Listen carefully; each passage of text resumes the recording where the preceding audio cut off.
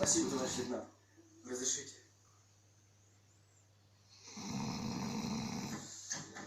Отлично. Коротко, ясно.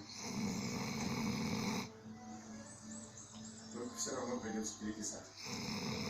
Не понял, товарищ лейтенант. Ваша фамилия давно не Саакян.